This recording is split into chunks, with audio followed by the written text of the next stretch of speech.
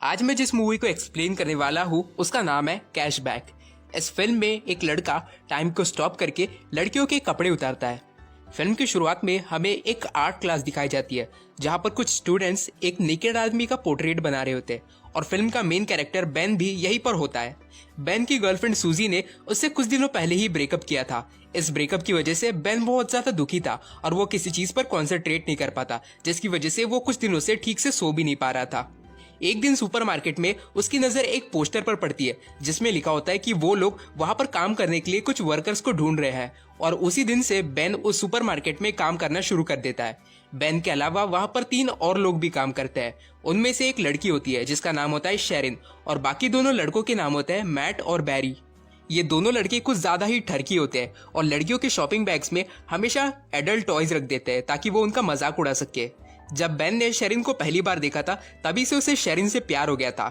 Ben ज्यादातर अकेले काम करता है जिसकी वजह से वो बहुत बोर हो जाता है और अपने काम पर फोकस नहीं कर पाता।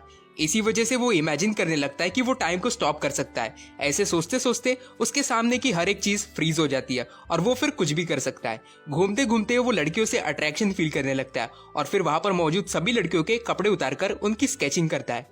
अपना काम पूरा करने के बाद वो देखता है कि उसका बॉस भी फ्रीज हो चुका है। तब बेन उसे उठाकर एक दूध के गिरते हुए कैन के सामने रख देता है और टाइम को नॉर्मल कर देता है। फिर हमें बेन के बचपन का सीन दिखाया जाता है। बचपन में बेन के घर में उसकी बेबी सिटर हमेशा बिना कपड़ों के घूमती रहती थी। अपनी बेबी सिटर को देखकर ही उसे फीमेल बॉडी से एक अलग ही अट्रैक्शन फील होना शुरू हो गया था। इसी के अलावा बचपन में बेन और उसका दोस्त शॉन अपने से थोड़ी बड़ी लड़की के पास जाकर उसे पैसे देते थे और वो लड़की उनसे पैसे लेकर उन्हें अपने प्राइवेट पार्ट्स दिखाती थी। इस लड़की का नाम था नेटली।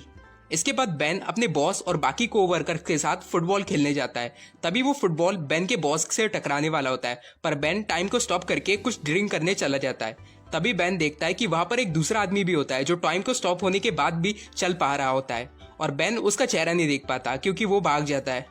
इसके बाद बेन शेरिन के साथ एक डेट पर जाता है और डेट के बाद बेन शेरिन को उसके घर तक भी छोड़ देता है और वो दोनों किस करते हैं। दूसरी तरफ सुपरमार्केट में एक लड़की कुछ एडल्ट टॉयज खरीदती है जिसे देखकर मैट और बैरी बड़े खुश हो जाते हैं। इसके बाद बेन का बॉस एक पार्टी ऑर्गेनाइज करता है और वो अपने पूरे स्टाफ को भी वहां पर इन्वाइट करता है और इसी पार्टी में शेरिन बेन को अपने साथ चलने के लिए कहती है।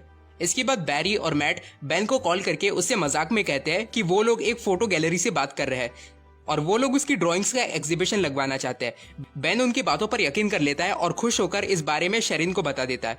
इसके बाद वो लोग पार्टी में जाते हैं। यहाँ पर बेन देखता है कि उसके बॉस ने एक स्ट्रिपर को भी बुलाया होता है और ये स्ट्रिपर और कोई नहीं बल्कि नेटली होती है जिसे बचपन में बेन ने पैसे देकर जिसके प्राइवेट पार्ट्स देखे थे।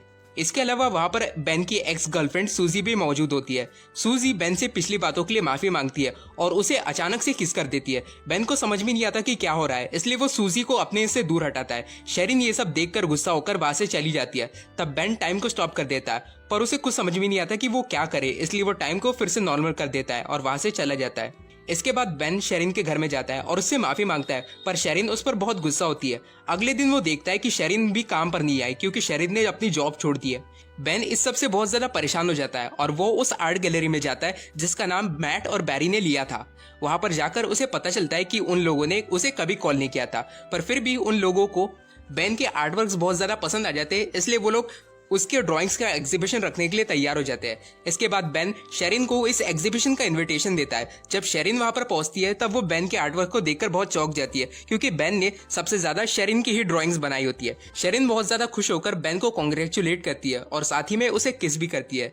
बेन इसी वक्त टाइम को स्टॉप करता है, पर इस बार शेरिन भी चल फिर सकती है। तभी बेन उसे अपने साथ बाहर लेकर जाता है और वो लोग बाहर में भी किस करते हैं और ये फिल्म यहीं पर एंड हो जाती है।